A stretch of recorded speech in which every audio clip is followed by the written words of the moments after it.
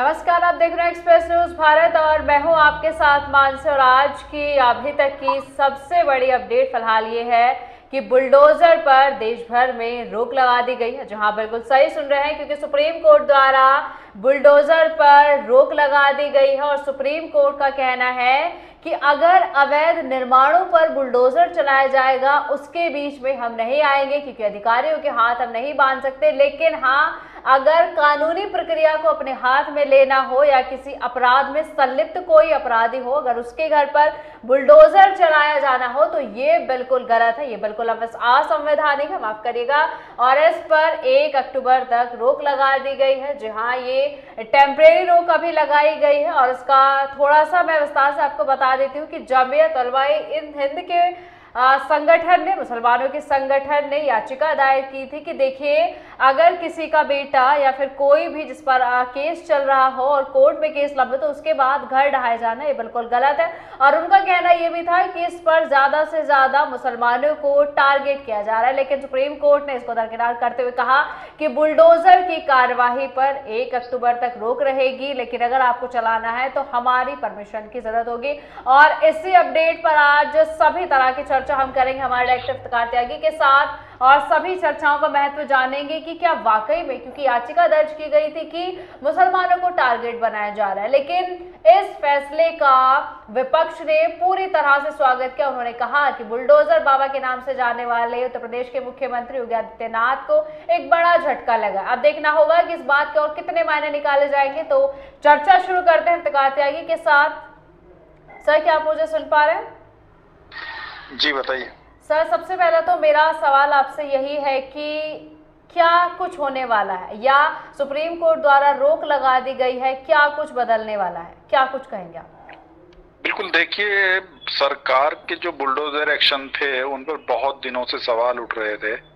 और कहीं ना कहीं बुलडोजर एक्शन पर सवाल नहीं था, बल्कि सरकार की मंशा पर सवाल था। क्योंकि अपराध करने पर बुलडोजर चलाना और बुलडोजर किसी खास आदमी या खास व्यक्ति के ऊपर चलना, और वो भी खास तौर से मुस्लिम समुदाय के ऊपर बुलडोजर चलना, तो ये कहीं ना कहीं इसकी हर तरफ आलोचना भी हो रही थी। और सरकार इसको अपनी एक तरह से बहुत बड़ी वाहवाही लूटने का एक कारण भी मान रही थी। और आपने देखा होगा पिछले चुनाव प्रचार में बुलडोजर लेकर चुनाव प्रचार तक हुए हैं कई सारे राज्यों में और लोकसभा चुनाव में। तो कहीं ना कहीं बुलडोजर जो है वो एक प्रतीक बन गया था, और एक उसके तहत एक मैसेज दिया जा रहा था कि भाई बुलडोज किया जा सकता है। कई सारी घटनाएं हमने देखी, कई सारी ऐसी घटनाएं हुई जिन पर बुलडोजर चला, लेकिन बुलडोजर चला सिर्फ एक समुदाय विशेष पर। क्योंकि ये भी देखने वाली बात है कि बुलडोजर, ठीक है, अगर आपको ये लगता है कि कार्रवाई होना चाहिए, कड़ी कार्रवाई आप करना चाहते हैं, पहली बात तो हमारा जो सिस्टम है, जो न्यायिक पद्धति है, उसमें बुलडोजर की गुंजाइश नहीं है, जो सुप्रीम कोर्ट कह रहा है। लेकिन अगर कोई इलीगल कंस्ट्रक्शन है या इलीगल कोई इंक्रोचमेंट है तो आप उसको बुलडोज कर सकते हैं, लेकिन शर्त यही है कि आप उसमें कानूनी प्रक्रिया, कानूनी मानदंड पूरे करें और तब जाके बुलडोज करें। लेकिन यहाँ सरकारों का नजरिया ये था कि कुछ भी हो जाए तो तुरंत बुलडोज कर दिया जाता था। तो इसी को लेकर जमीयत उलमा-ए-हिंद ने सुप्रीम कोर्ट में ये याचिका दायर की थी, जिस पर सुप्रीम कोर्ट ने सुनवाई करते हुए 1 अक्टूबर तक इस पर रोक लगा दी है। और उम्मीद ये है कि आगे भी इस पर रोक जारी रह सकती है। ठीक है सर, जिस तरीके से आपने बताया कि देखिए मुसलमानों को उसमें टारगेट किया जा रहा था, बिल्कुल याचिकाकर्ता ने इस बात पर गौर फरमाया। उन्होंने बताया कि मुसलमानों को टारगेट किया जा रहा था, लेकिन इसमें एक अहम सवाल सर ये बनता है कि अभी तक जितने घर या फिर जितने मकान या फिर जितना भी अभी तक बुलडोज किया गया है, अभी रोक लग चुके, लेकिन क्या लगता है उन लोगों को कंपनसेशन मिलेगा? बिल्कुल, सवाल तो ये खड़ा होना लाजमी है कि जब सरकार की गलती थी, क्योंकि बुलडोजर को न्यायिक नहीं माना गया और ये एक तरह के जुल्म का प्रतीक है। अखिलेश यादव ने कहा भी है, उन्होंने कल बयान दिया है, बहुत बड़ा बयान दिया है। उन्होंने कहा है कि बुलडोजर जो है वो न्याय का प्रतीक नहीं है, अन्याय का प्रतीक है। तो सरकारें जो हैं वो लोक कल्याण के लिए बनी होती है। हमारे यहाँ संविधान में व्यवस्था है कि हम जो भी सरकार बनाते हैं लोकतंत्र में, वो लोक कल्याण के लिए प्रतिबद्ध होती है।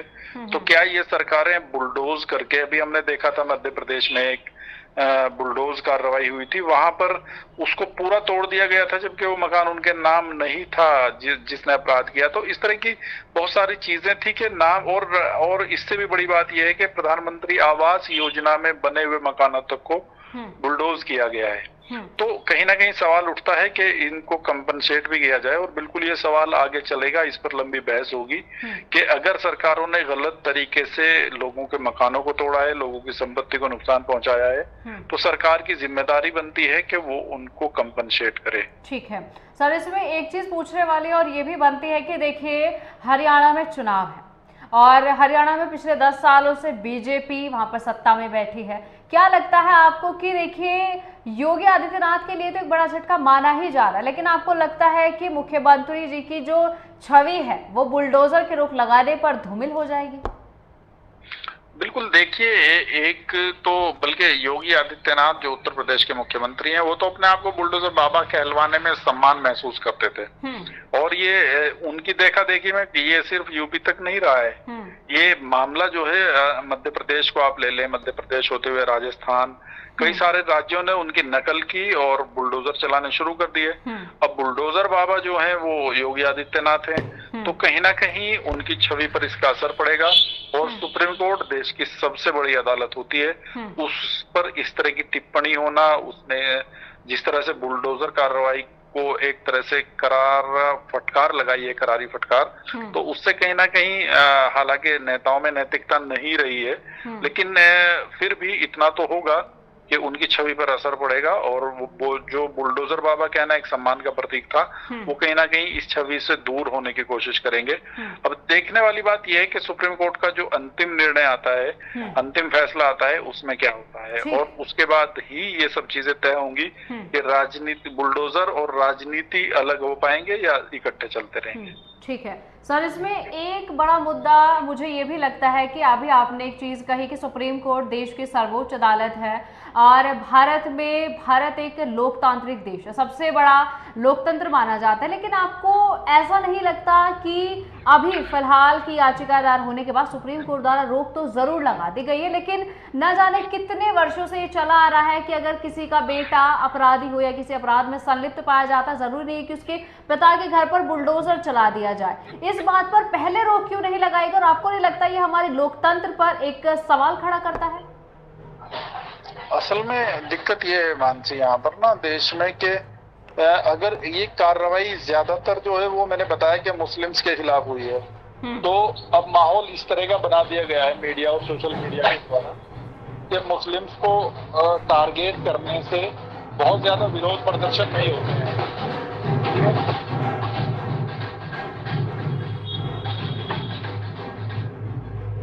इसलिए उनको सुप्रीम कोर्ट ही जाना पड़ता है।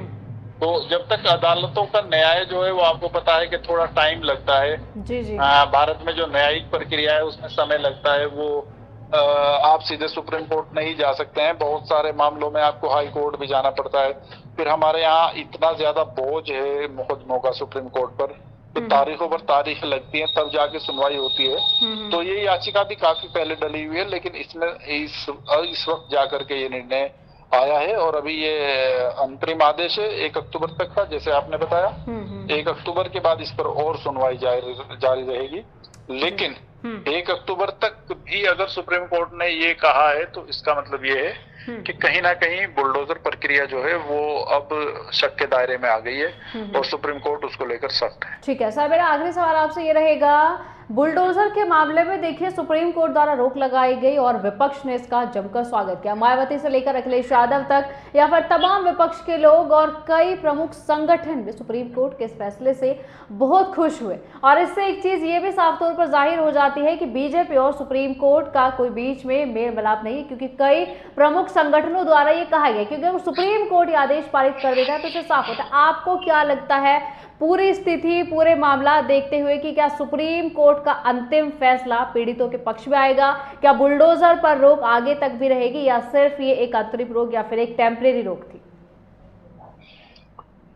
मुझे लगता है मानसी, देखिए जो कानूनी जानकार हैं उन लोगों का कहना यह है कि इसमें जो बुलडोजर प्रक्रिया है ये कहीं न्याय व्यवस्था में है नहीं हमारे यहाँ ना। बिल्कुल।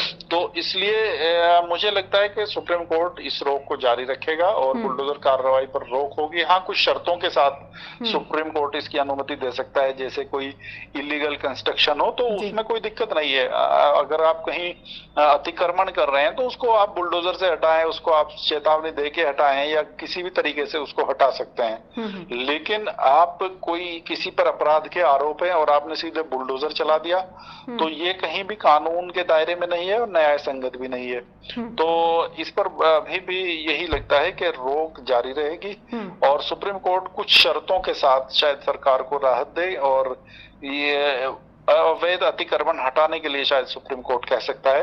बाकी तो अंतिम निर्णय कोर्ट का होगा, लेकिन फिर भी सुप्रीम कोर्ट के इस निर्णय से जो भी रोक लगी है इससे बहुत बड़ा झटका उन लोगों को लगा है जो अपने आप को बुलडोजर बाबा कहलाने में सम्मानित महसूस करते थे। ठीक है सर, बहुत शुक्रिया आपका हमारे साथ जुड़ने के लिए और इन तमाम मुद्दों पर हमें जानकारी या फिर इन तमाम मायनों के असली मतलब समझाने के लिए। देखिए, हमने बात की अपने डायरेक्टर इफ्तिकार त्यागी से, जिन्होंने इन सभी मायनों को समझाते हुए बताया कि किस किस तरीके से क्या क्या चीज़ें चल रही थी।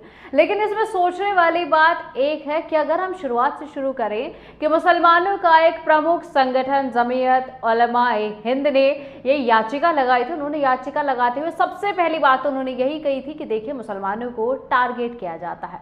दूसरा, उन्होंने कहा था कि ये बिल्कुल असंवैधानिक है कि किसी का मामला कोर्ट में चल रहा और उसके बाद आप उसका मकान या फिर आवास गिरा देते हैं, ये बिल्कुल असंवैधानिक था।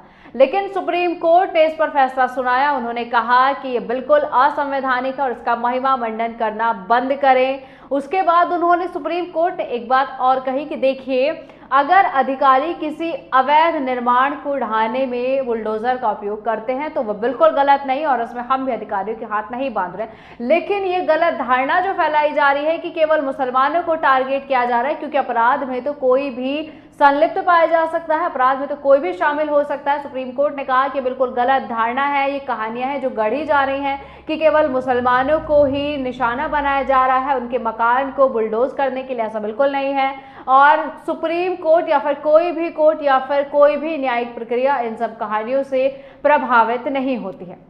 ये पूरा मामला था, लेकिन ये बिल्कुल असंवैधानिक है कि बगैर कारण बताओ नोटिस जारी किए या फिर सिर्फ ये देखे कि इस प्रत्येक व्यक्ति ने या इस व्यक्ति ने अपराध किया है, उसके बाद आप उसका मकान पर बुलडोजर चला देते हैं, बिल्कुल असंवैधानिक है। लेकिन फिलहाल देखने वाली बात होगी कि क्या सुप्रीम कोर्ट का मामला पीड़ितों के पक्ष में आएगा। कि जिस तरीके से विपक्ष खुशियां मना रहा है कि बहुत अच्छा हुआ कि बुलडोजर बाबा को एक बड़ा झटका लगा कि बुलडोजर पर रोक लगा दी गई, क्योंकि उनके पास अपना तो सबसे बड़ा अस्त्र शस्त्र यही था कि अगर किसी ने अपराध किया है तो उसके मकान के ऊपर या और चीजों पर बुलडोजर चलाया जाएगा। लेकिन इस पर फिलहाल रोक लगी। अब देखना ही होगा आने वाले समय में कि सुप्रीम कोर्ट इस रोक को जारी रखेगा या फिर जैसा हमारे डायरेक्टर ने बताया कि कुछ शर्तों के बाद ये जो रोक है एज इट इज रहेगी या फिर अभी इसमें क्या बदलने वाली बात है, क्योंकि फिलहाल रोक अभी 1 अक्टूबर तक लगाई गई है। इस मामले पर, इस अपडेट पर, इस खबर पर और जितनी भी अपडेट हमारे सामने आएंगी वो हम आपसे जरूर साझा करते रहेंगे। तब तक के लिए आप देखते रहिए एक्सप्रेस न्यूज भारत।